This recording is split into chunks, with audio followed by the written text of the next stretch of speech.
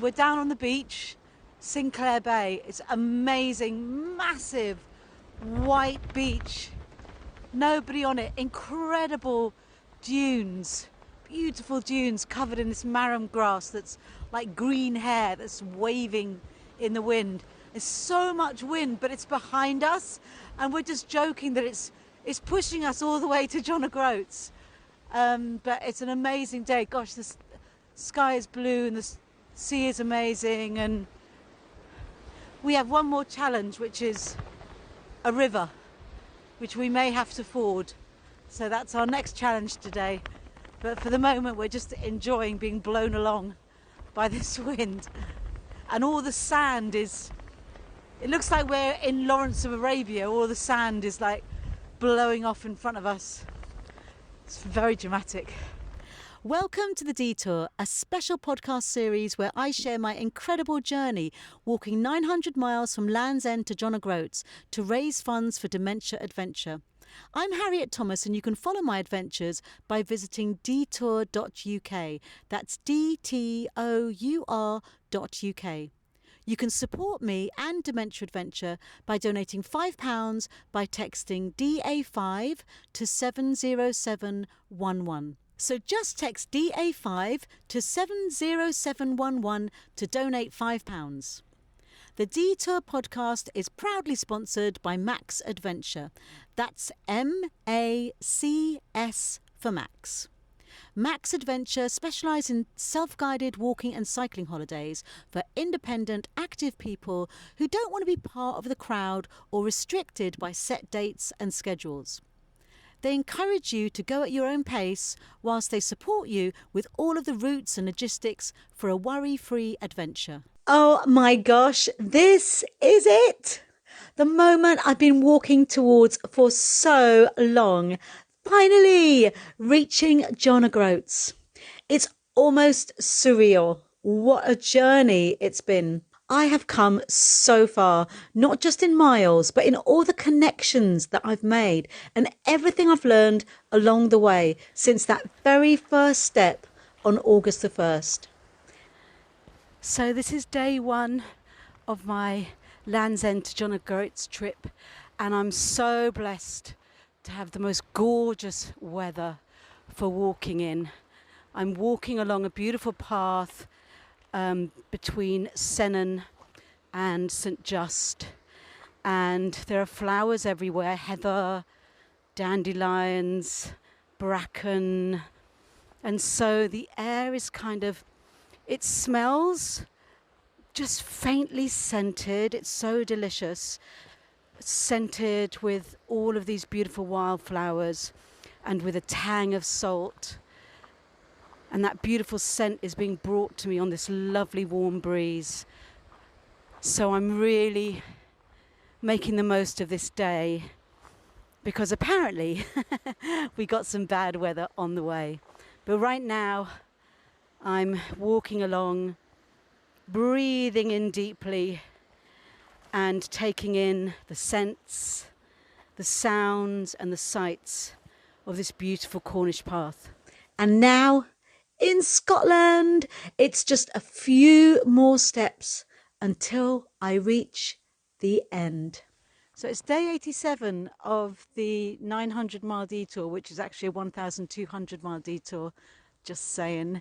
And after two quite difficult days on the John O'Groats trail, when we were walking on really high cliff tops along skinny little grassy paths at the top, and it was pretty hard going, lots of barbed wire fences and lots of bog as well, and it took us, I think yesterday it took us 4.5 hours or something to go 7 kilometres or 10 kilometres, 7 kilometres. So such slow going.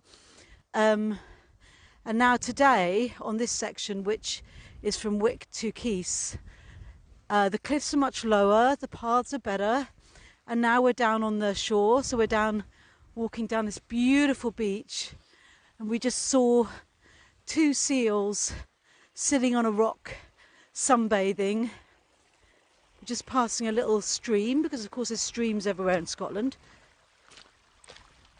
Never go anywhere without having to cross a stream around here. And it's a beautiful kind of rock pavement going out to sea. Seagulls sitting on the rocks. It's a beautiful sunny day, a bit windy, but this is such a lovely kind of holiday after the 2 previous days, because this is kind of quite easy walking and really pleasurable. I'm not worrying that I'm going to fall off a cliff right now, which is a definite advantage. And as I said, the sun is shining, and there's loads of seaweed on the beach. So there's gorgeous smells of the seaweed and lots of sounds from the gulls, and then there's cows in the fields on our left, and some little birds, which I should be able to tell you the name of because they were on a sort of nature board, but I can't remember. So lots of little birds and stuff. So, and of course the sound of the water, sound of the wind. It's gorgeous, gorgeous, gorgeous, gorgeous. So I made it. And here there's the sign. 1,200 miles, Land's End to John O'Groats, walked it. What a brilliant thing. So on August the 1st I started my 900-mile detour for Dementia Adventure in honour of my lovely mum who had dementia for 9 years, and now I've made it to John O'Groats, and it's been the best, most fantastic adventure and a great way to honour my mum, and I've met the most amazing people on the way. This whole experience has been a celebration of love in all its forms. Every step, every conversation, and every beautiful landscape I've passed through has reminded me of the love that surrounds me. As I near the end, I find myself reflecting on how love has been the constant thread holding everything together. From the love I have for my mum, to the kindness of strangers, and the incredible support from everyone following this journey. So much of this walk has been about connecting with others, about feeling part of something larger than myself. And now, as I approach the finish line, I realise that all that's left is love. The love we have for each other, for the journey, and for the memories that we carry forward. In the end, that is what truly remains, isn't it? Love. It seems so long ago, but early in the walk I was lucky enough to stay at Watergate Bay Hotel in Newquay. While I was there, I met Pix Ashworth, founder of Land and Water. Their bath and body products capture that feeling of being out in nature or on holiday. The sense of being embraced by something bigger. I can still smell that orange grapefruit and mint shampoo.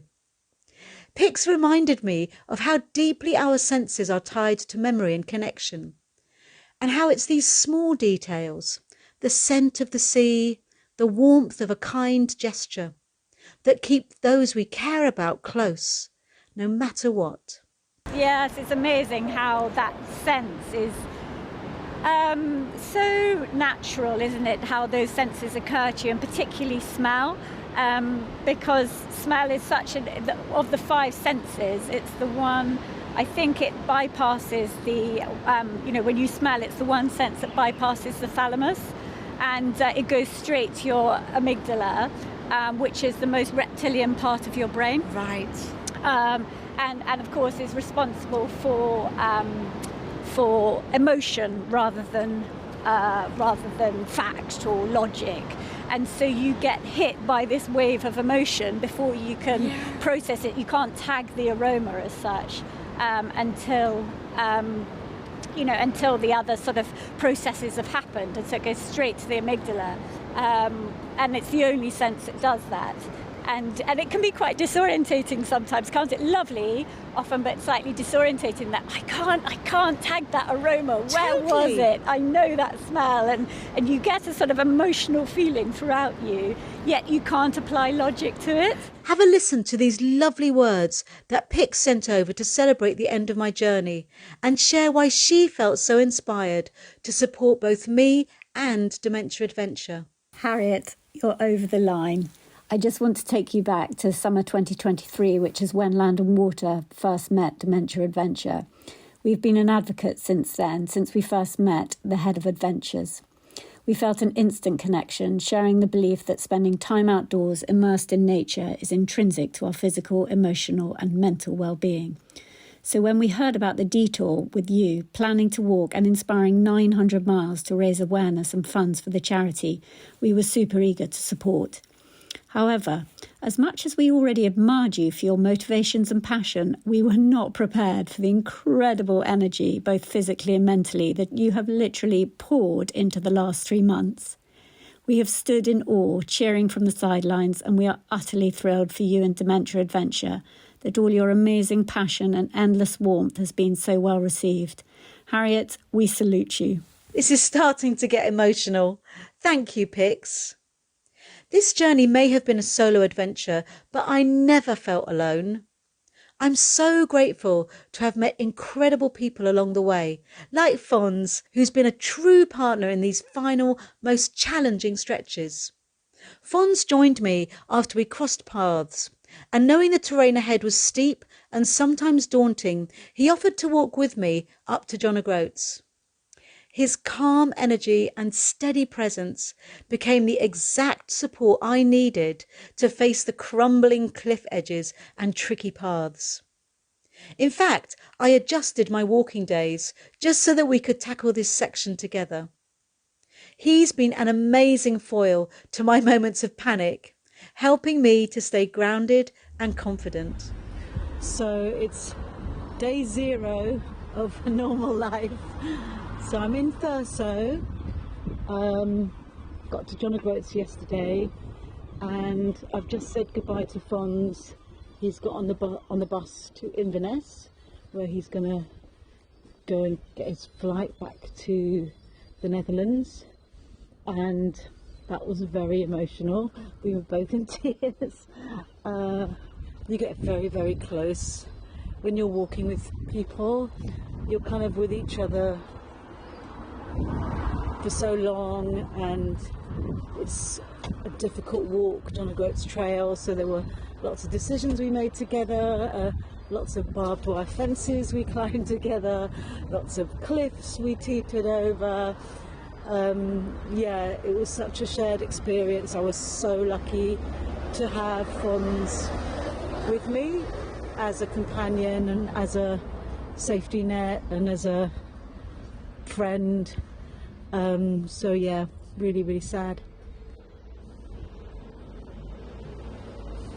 to say goodbye to him, but so happy that we share these amazing days together, and now he's going back to his lovely family. So happy for him, and I will shortly be going back to my family, and my daughter has arranged a surprise dinner for me, but it's not a surprise because she told me about it by mistake. So normal life will start again for everybody, but I feel like saying goodbye to Fons was the real end to my trip, and it reminded me how the journey's not just about exploring the amazing landscapes and towns and people of the United Kingdom from Land's End to John O'Groats, but it's about the people that you meet on the trail. It's about the people you walk with, the people you share so much with when you're walking along and talking about every aspect of life.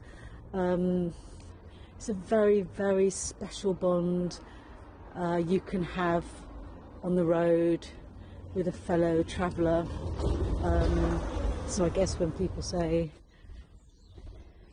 won't you be lonely walking from Land's End to John O'Groats by yourself, I would say, well, I was by myself sometimes, but I was also sometimes with friends, sometimes with family, sometimes with a colleague, and then sometimes with these amazing, amazing new friends who, some of them, especially Fons and Miles, will be friends, I'm sure, for life, and I'm sure we'll keep in touch.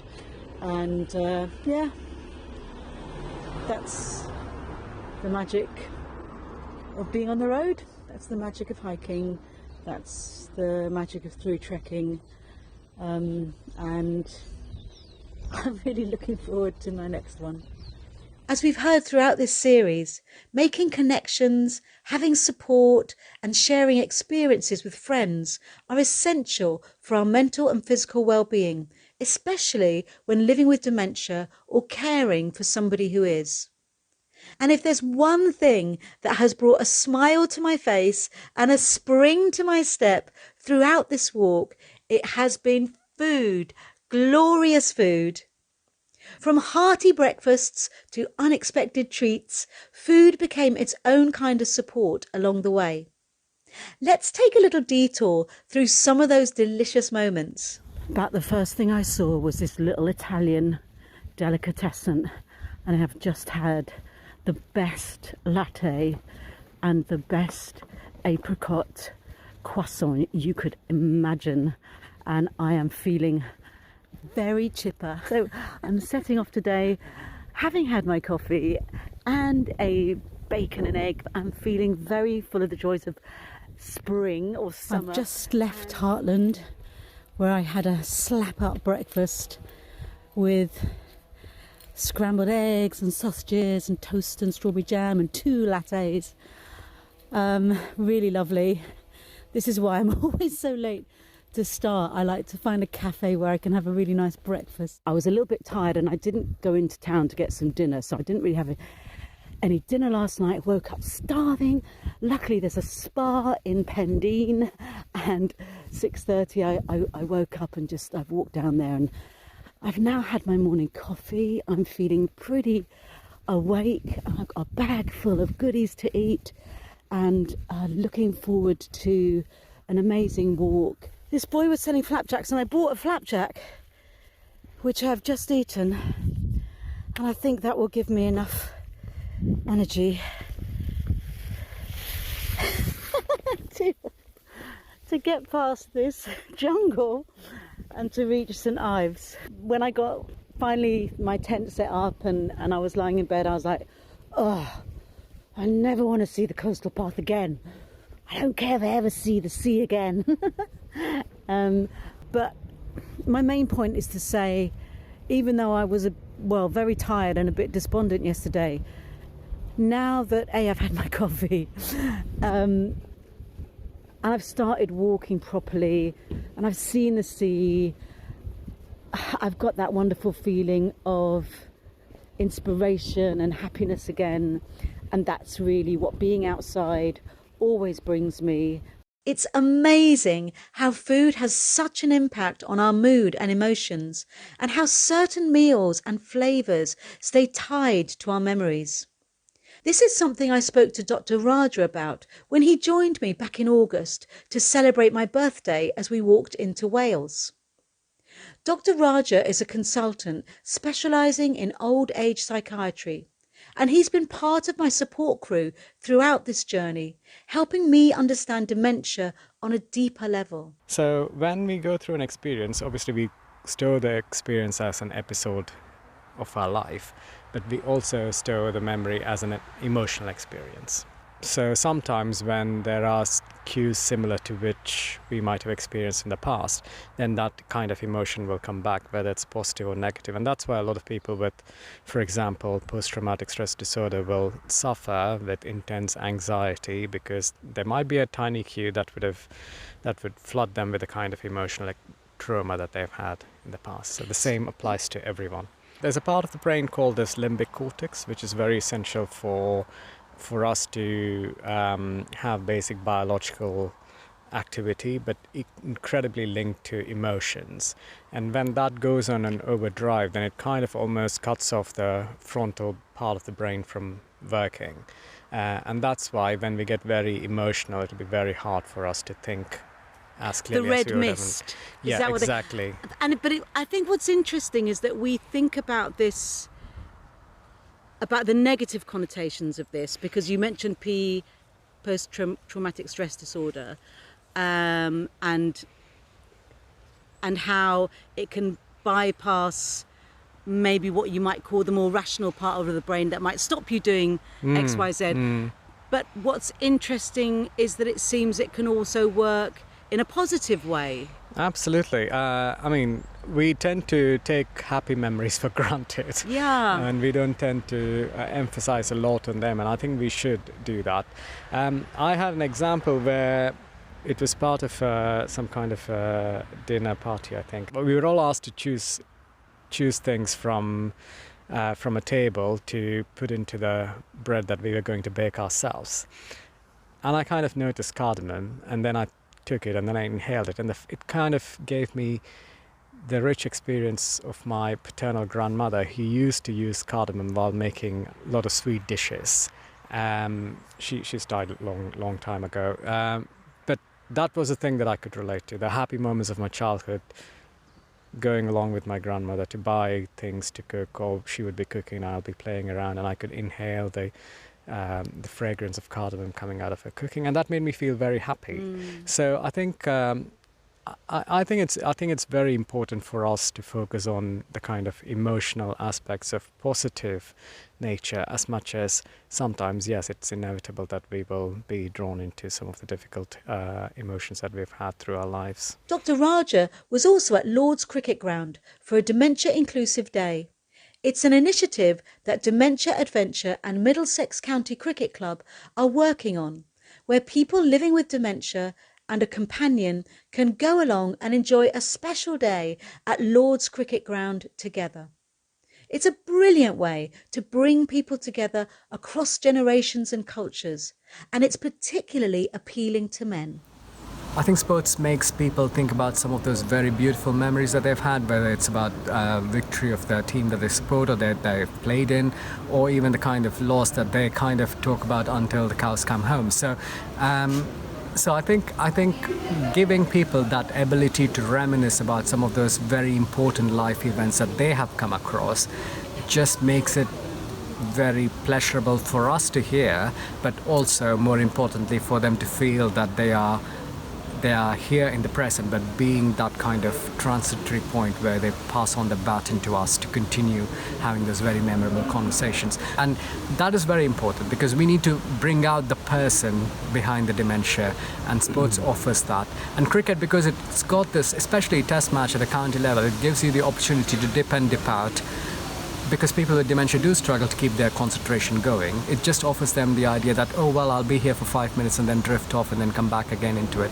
And I think that is the most enjoyable aspect that cricket brings, that we can actually utilize to make people with dementia much more stronger, much more resilient, because they can have those conversations which are very meaningful for the next generation. I love this message from Dr. Raja.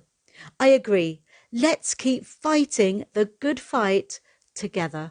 Well done, Harriet. It was such a pleasure meeting you and walking with you. It was just one day of your mammoth task, but it still was entertaining to listen to you and understand a lot about how family members of someone with dementia deal with the impact of dementia as such. But more importantly, I think you're leaving behind a legacy for people to continue those very important conversations with the people with dementia, to support family members who look after people with dementia, and also for you to continue raising hope and champion the causes of people with dementia and their family members. So well done once again, phenomenal work, and we will strive and continue to take it forward. Thank you. Hearing these words from Dr. Raja means so much. Meeting him on the walk was such a highlight, and he's right. This journey has been about sparking those crucial conversations around dementia, lifting up families and carers, and spreading hope. It's incredible to think of the legacy that we're building here, one step and one story at a time. With this journey as a foundation, we can keep championing the cause and supporting everyone affected by dementia. Thank you, Dr. Raja, for walking with me, for your wisdom, and for your support every step of the way. Listening to these moments from the past 3 months brings me so much joy. It's wonderful to reflect, to look back, and to remember everything that I've got up to. It's easy to lose track of those little moments when you're in the thick of it all. Alongside this podcast capturing my journey, I've also been jotting down my thoughts in a journal, moments of reflection, snapshots of what I was feeling. Here's a little snippet from one of the last days of the detour. I love how visions come. It's like thoughts and ideas and dreams get dropped into the pot of your mind and heart and soul. Maybe they get dropped into the universe and they sit there and shuffle and swirl, and then suddenly out of the swirling patterns and light, a solid form takes place. Pictures, visions. And you know it's right when your heart and soul rises up in a big joyful bubble.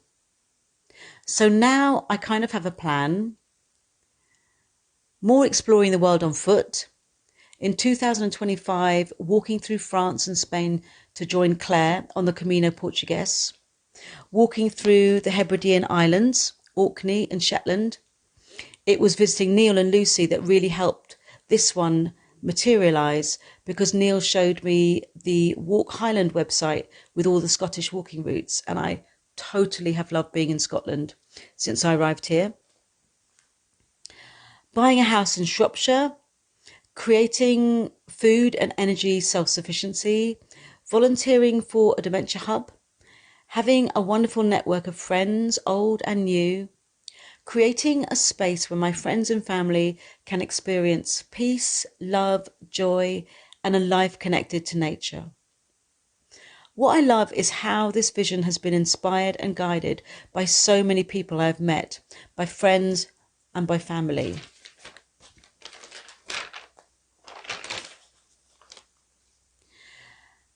And then the hand of the universe guides me through to see how everything can fit together to form a wonderful creation.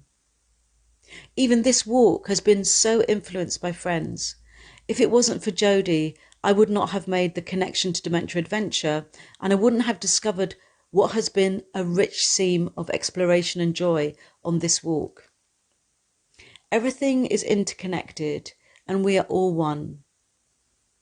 Dear universe, thank you for the peace and abundance you've granted me that have allowed me to make this journey, and for the beautiful sunny days, and for Fons, who with his huge generosity of spirit and patient compassion teaches me every step we walk together how to be a better person. He is a gift and a true trail angel. Reflecting on my journal entries brings to mind Marianne Shuko, who joined us in episode 5. Marianne is a founder of Outs Authors, a global community of authors sharing personal experiences with Alzheimer's and dementia. Their work underscores the power of storytelling in navigating these challenging journeys. We started back in 2015. There were 3 of us. And our goal at the time was to help to promote each other's works. 2 of the authors had written memoirs about caring for both parents with dementia at the same time, and I had written a novel called Blue Hydrangeas, an Alzheimer's love story. And at the time, now we're talking 9 years ago, it was really hard marketing a book on the subject of Alzheimer's and dementia. There is a lot of stigma attached to the diagnosis, and finding the audience is a very small niche audience of people who were looking for that type of thing. So we just thought if we banded together, we could help each other. And so what we discovered over time in that first year is that we became very good friends, and we liked each other a lot, and decided to open up what we were doing to a broader group of authors. And we started that first year just doing a 4-week campaign.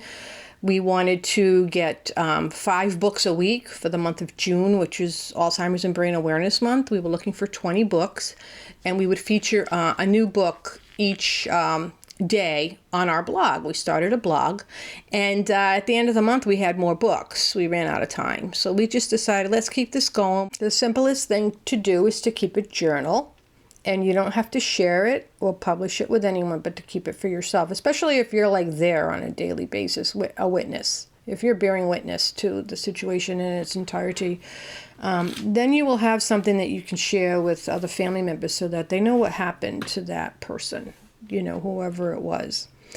And another thing you can do, many times if you're caring for someone, especially if you have a large family, you're going to be getting a lot of people asking you questions about what's going on, and you find yourself spending a lot of time on the phone repeating the same information over and over again to different people. Is you could keep like a private blog or a private Facebook page, or have a Slack channel, or someplace where you would go every day and just post like the latest update of what's happening. So other people can follow along and follow the story, and then you're not exhausting yourself having to repeat the same thing all the time. You don't have to publish that, and you don't have to make it public so other people can read it, but you can have it, same thing like text messages, like a text chain or Facebook chain or something like that. So a lot of people would do that just to try to keep everyone involved. And you could also do like audio stuff and just record. And try to even record, memories and voices with that person to try to keep them alive that way. And that can be really helpful. A lot of people like to do that. And then at the end, what you're going to have is you are going to have the makings of a book or something like that if you decide that you really want to do that. So we've been really fortunate because the books that we find are so well done. And they're written by people, they're not authors, they're just someone who decided they wanted to write this book, and they actually pulled it off and did a really good job. Marianne also kindly sent me a message of congratulations. I am certainly feeling the love. Hi, Harriet. It's Marianne Shuko from All's Authors, congratulating you on a job well done. Congratulations on crossing the finish line. I am in awe and inspired by your achievement. I can't imagine walking as long and as far as you have, all for the cause of dementia awareness and to help bring support to all of the caregivers and those living with dementia across the United Kingdom. This is a remarkable, remarkable achievement. Thank you so much for your dedication. This journey has been an incredible adventure, full of learning, discovery, and so many memorable moments. More than that, it's been a way to honour my mum and to raise funds for Dementia Adventure, a cause that means the world to me. I'm thrilled to share that we've raised thousands of pounds, with donations still coming in. If you've supported this journey, thank you so much. Each step has given me a deeper understanding of the essential work Dementia Adventure does. I've witnessed the joy that nature brings, the irreplaceable value of community support, and the importance of finding ways to live well, even in the face of dementia.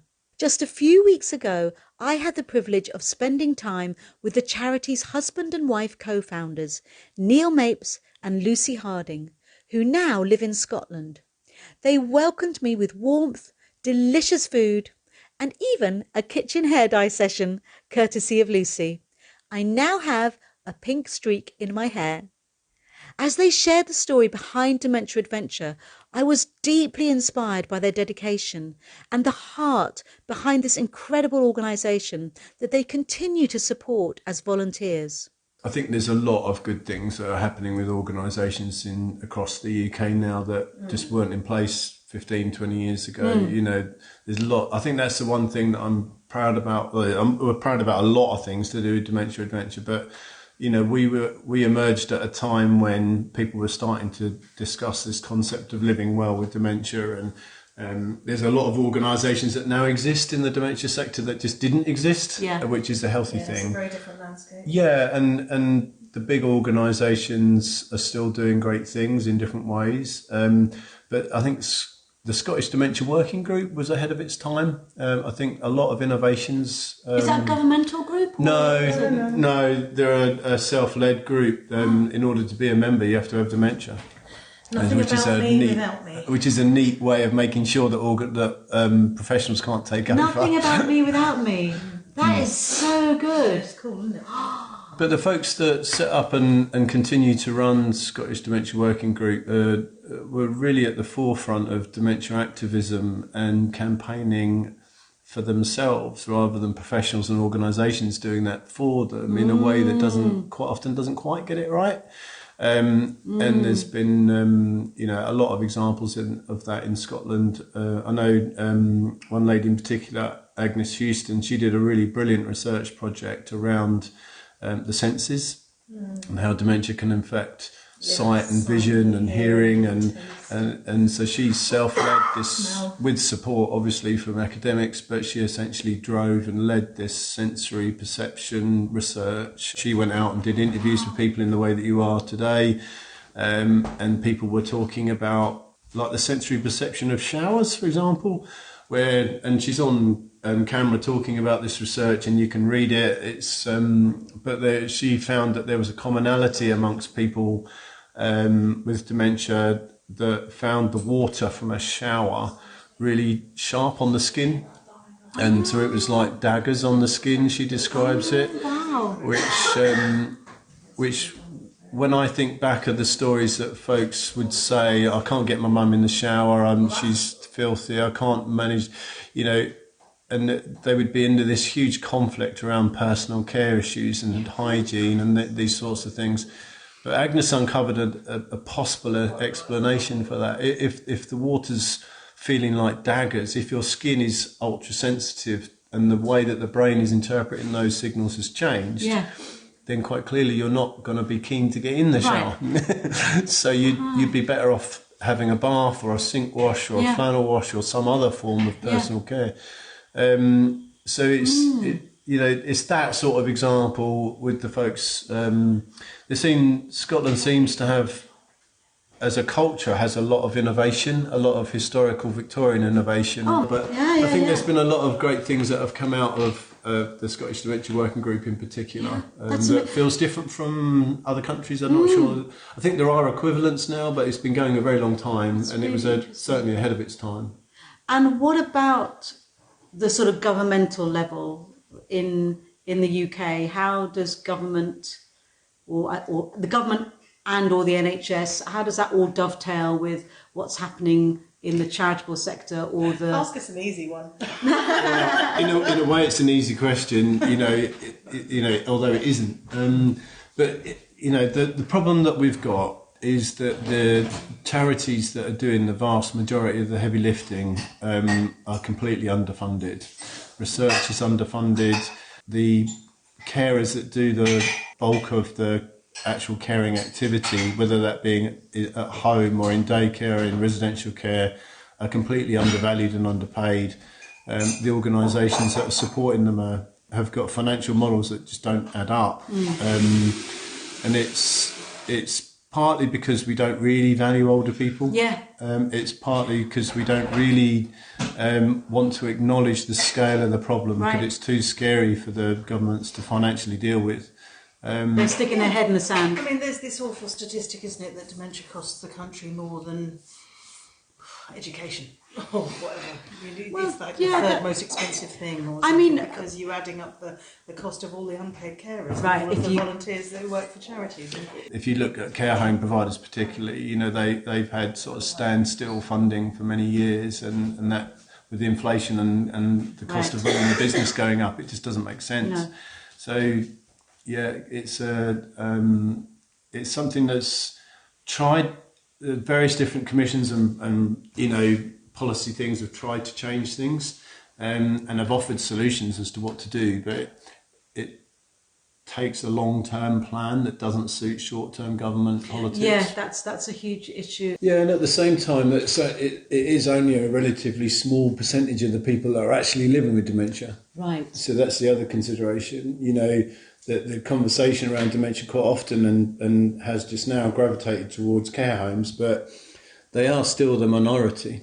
The vast majority of people are still living in the community. I don't know how people do it. I honestly don't know how people do it. I mean, you talk about resilience, but the kind of everything on top of each other, the lack of sleep, the not knowing what every day is going to bring, the difficulty of, organising,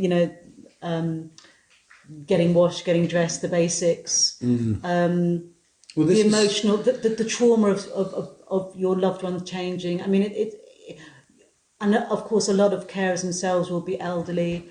I'm more hopeful for people with dementia than ever because of the developments in society. Dementia Adventure, when we started, people thought we were crazy offering people holidays. Certainly taking people on boats. They thought, for whatever reason, that was the most riskiest thing in the world, being on a boat with dementia. And things have obviously moved on, and things do improve and develop over time. And I think also from something that you just said, because everyone is sort of, there's this big sort of hoping and praying that there's going to be a cure, like pharmaceutical cure for dementia, and maybe there will be, maybe there won't be. Who knows what's going to happen? But what I liked about what you just said then is that it's almost like a social cure. There's a social answer. It's not just a medical answer that we need to look for. It's a social answer. Well, you're basically preventing dementia through delay, I think. I think that's the primary sort of focus of a lot of these social things, is that you're staying better for longer, and so you're delaying the problems becoming severe or more severe.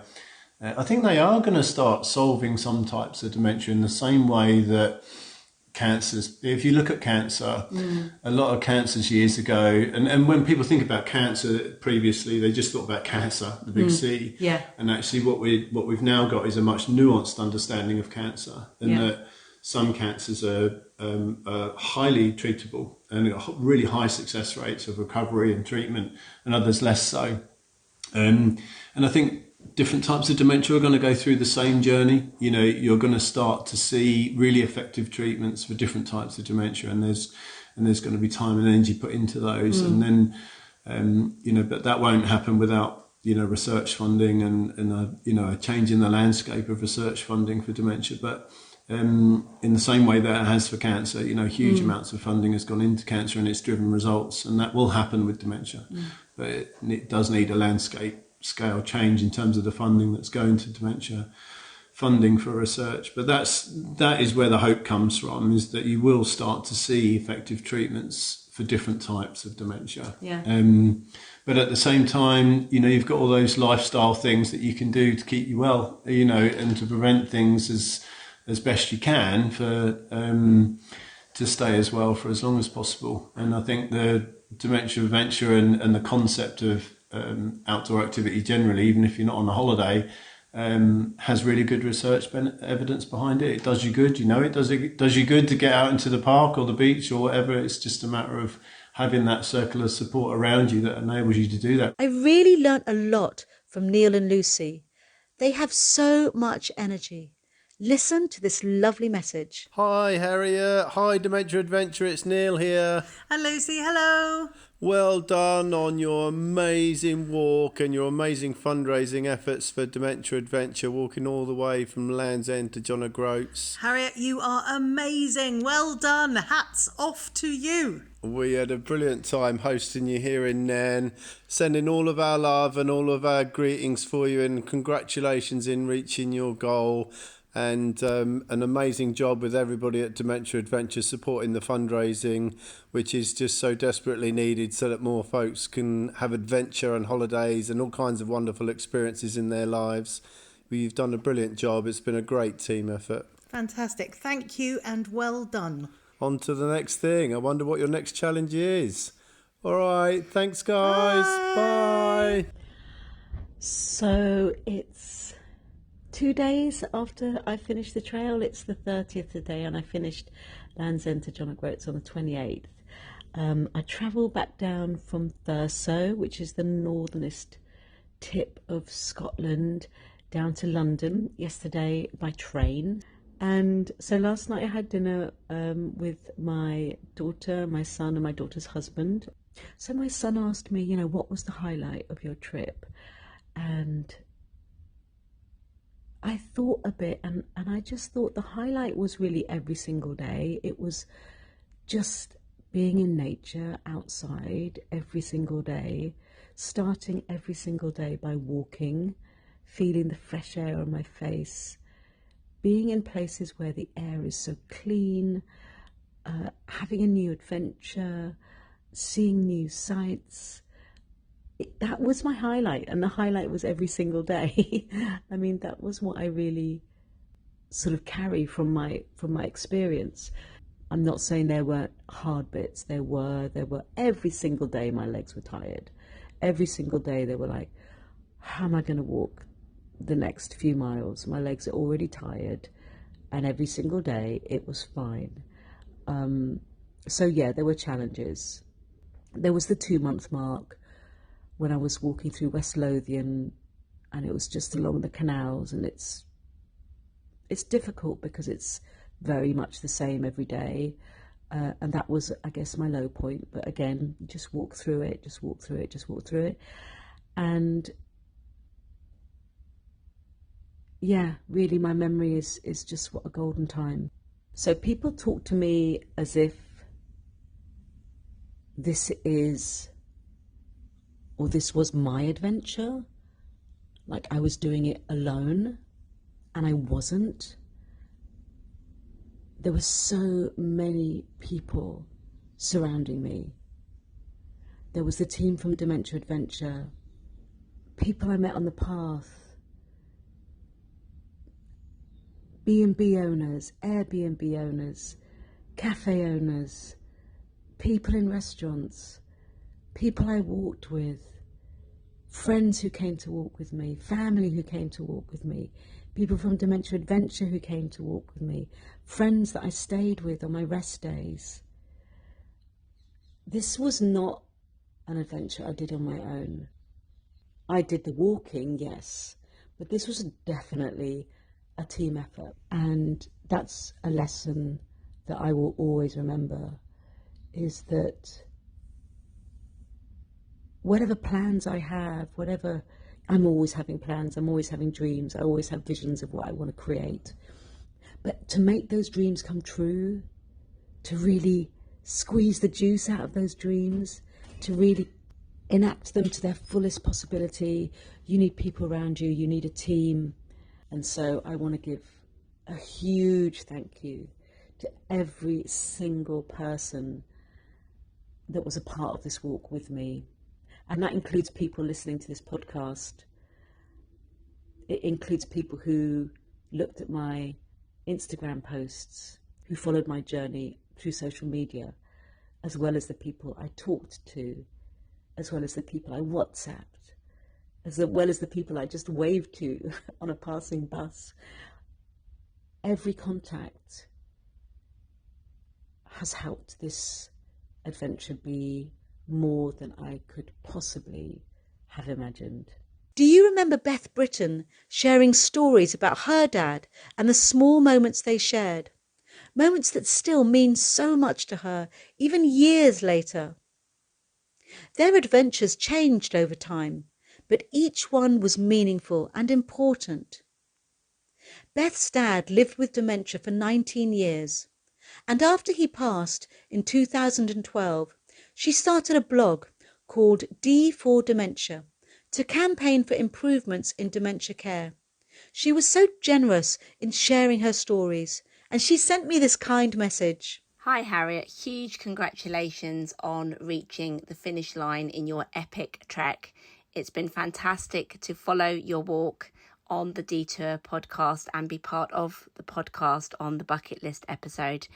Wishing you a well-deserved rest, and again sending you my biggest congratulations and a big hug. Take care. All the best from Beth Britton. And now it's time for my last 2 songs for the Detour playlist. Choosing these final tracks feels like a big moment. Each week, I've picked music that connects me with my journey and the memories that I've made along the way. You can find my full playlist on the Detour website at detour.uk. That's DTOUR.uk. And also on Music for Dementia Radio at www.m4radio.com. I'm so grateful for Music for Dementia, for all the support that they've given throughout this journey. So here it goes. The final 2 tracks are, drumroll, Love, Love, Love by the Beatles. Now, I've known this song for so long, and whenever I sing it now, it just really brings such a beautiful feeling to my heart, and it reminds me of all the amazing people that I've met along my journey. And I think it's the simplicity of the lyrics of this song that I really, really love. It's just love, love, love, love, love, love, love, love, love. It's easy. All you need is love. And really, that's what I've learned from my 3 months journey from Land's End to John O'Groats. When I look back, every step has been such a pleasure. The landscape was so beautiful, and I was so inspired by everything that I saw and heard and smelled. But at the end of the day, it's all the people I met that really made the difference. And they have helped me look back on my trip and just remember this glorious golden feeling of love. My second song for this final playlist is Joni Mitchell's song, Hajira. I partly have to choose this song because I can't believe that I haven't chosen any other Joni Mitchell songs for my playlist, because she is one of my favourite artists of all time. And this album, Hajira, is all about being on the road. So I really feel it fits my journey from Land's End to John O'Groats. And Hajira is the title track, and it's a beautiful song. And for me, it expresses the nuances of travel. So it can be exciting, it can mean freedom, but also there can be sadness about leaving people behind, either forever or for a short time. And I love the way that this track encompasses all the nuance of travel. So I really hope you all enjoy Hajira by Joni Mitchell. And it seems fitting that the final message comes from Fiona Pettit, CEO of Dementia Adventure, who I met on a rainy day in Essex way back in July. Fiona shared with me the heart of Dementia Adventure's ethos, that they are all about making things possible, focusing on what people can do instead of focusing on limitations. Fiona beautifully explained that it's all about seeing the front door as a gateway, both physically and metaphorically. It's believing what's possible and thinking the possible, not the impossible. Things you can do, as we say in the organisation, not the things that you can't do. And it's seeing the front door, if you like, both physically and metaphorically. That's not the end of it. You know, you can step outside your front door, whether that is literally physically and be able to step out in the garden or go out for a walk or try. You know, it's not possible for everybody, we know, but, you know, just thinking about it, or thinking about, well, what could be brought in from the outdoors to, you know, into your front door, and bringing nature inside, indoors, and being able to appreciate that, and what does that do for the mind and the brain and your mindset as well. But also that sort of metaphorical thing of, you know, stepping over the boundary of and the threshold of your front door. And here's a final message from Fiona Pettit, CEO of Dementia Adventure, to close out this journey. One of the most important things I want to say is just a huge well done and massive, massive heartfelt thank you to Harriet. I mean, you've been incredible. Who knew how it was going to transpire these last 3 months, and all the different people you were going to talk to, let alone the challenge of the mileage and the hikes that you've done, and how physically challenging this has been, mentally challenging, I'm sure. But my goodness, we've got so much to thank you for, Harriet. The detour has raised awareness wonderfully, but it has also raised some much, much needed funds. And I can only say a huge thank you to all those individuals who've done that text to donate, or however they have chosen to give to us. Some have been people along the way fishing money out of their pockets, I think, to Harriet. We've heard about it all. Thank you so much. And it's a wrap. Thank you for listening to The Detour, my journey of more than 900 miles from Land's End to John O'Groats. Although I've reached John O'Groats, my fundraising journey isn't over. If you'd like to support Dementia Adventure with a £5 donation, simply text DA5 to 70711. Again, that's DA5 to 70711 to donate £5. You can also visit the website at detour.uk. That's DTOUR.uk, where you can explore more of my adventures from the past 3 months and learn more about the wonderful work of Dementia Adventure. Thank you for joining me on this amazing journey. The Detour podcast is proudly sponsored by Max Adventure. Max Adventure specialise in self-guided walking and cycling holidays for independent, active people who don't want to be part of the crowd or restricted by set dates and schedules. They encourage you to go at your own pace, whilst they support you with all of the routes and logistics for a worry-free adventure.